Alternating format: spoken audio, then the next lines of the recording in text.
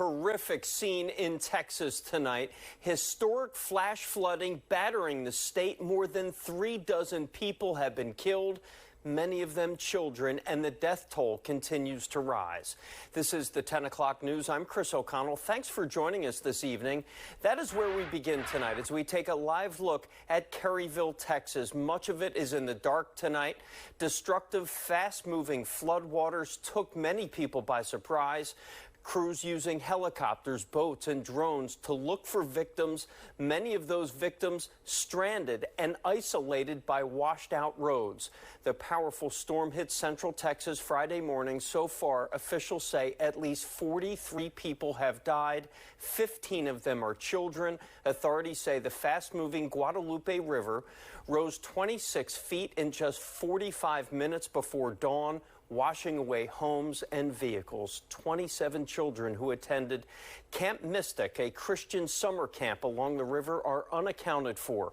Governor Greg Abbott vowing today that authorities will be relentless and work around the clock to rescue and recover victims. My instruction to every state agency involved in this is to assume everybody who is missing is alive, and there's a need for speed. Not just every hour, every minute counts, which is why there's people in the air, people in the water, people on the ground right now, because they're looking to save every last life, and we will not give up that effort. Fox's Matt Finn has more on this report from Los Angeles. Dozens are dead in central Texas after ravaging flooding on the Guadalupe River left a path of destruction in its wake. Rescuers are urgently searching for survivors on Saturday using drones, helicopters, and boats. They have rescued or recovered more than 850 people, some clinging to trees to save their lives. At least 24 children are missing from Camp Mystic, a Christian summer camp near the river.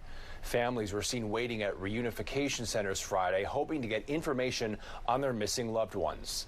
Authorities warn the death toll could rise as the chance of finding survivors shrinks each day. Search and rescue is the priority. Destructive waters rose 26 feet in just 45 minutes in the middle of the night Friday.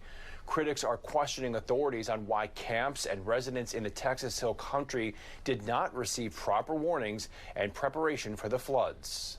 Everybody knows that the weather is extremely difficult to predict. We know that everybody wants more warning time, and that's why we're working to upgrade the technologies that have been neglected by far too long. Locals surveying the damage of overturned vehicles and tree limbs near the river are reflecting on rebuilding. We'll recover. We're a community. We'll nurture each other. We'll take care of each other. And forecasters say the threat of more flooding in the area could linger into Sunday. In Los Angeles, Matt Finn, Fox News. Now, these devastating floods have affecting many people across the Lone Star State. Please stay with Fox 29 and Fox Local. We'll bring you the latest updates both online and on air. Drew, break this down for us. How did it get this bad in Texas? So let's just look at Texas as a whole. You heard the saying, Chris, everything's bigger in Texas. Let's measure how wide Texas is across. So here's what I'll do. I'll put the little ruler on and we'll go like this, about 700 miles across. Look at all the heavy rain in the center of Texas. Look how much real estate this spans. 200 miles. So much heavy rain there. I want to give you some context of how much heavy rain we're talking about. So when you see some of these whites right here, we're talking like 15 inches of rain. So let's get a little info on some of this. This is a 3-day rain total, and it started like this. You had this heavy rain. 14 inches is wild. We have massive flooding when we get 5 inches of rain. So 14 inches of rain is incredible. That was upstream of the Guadalupe River. Then on top of that, the next day, down by that area we're talking about, look at that, 17 inches of rain. So it was a 1-2 punch as this system just sat and dumped just unbelievable amounts of rain. So that's how it happened in Texas, and there's still some rain falling in that part of the area right now.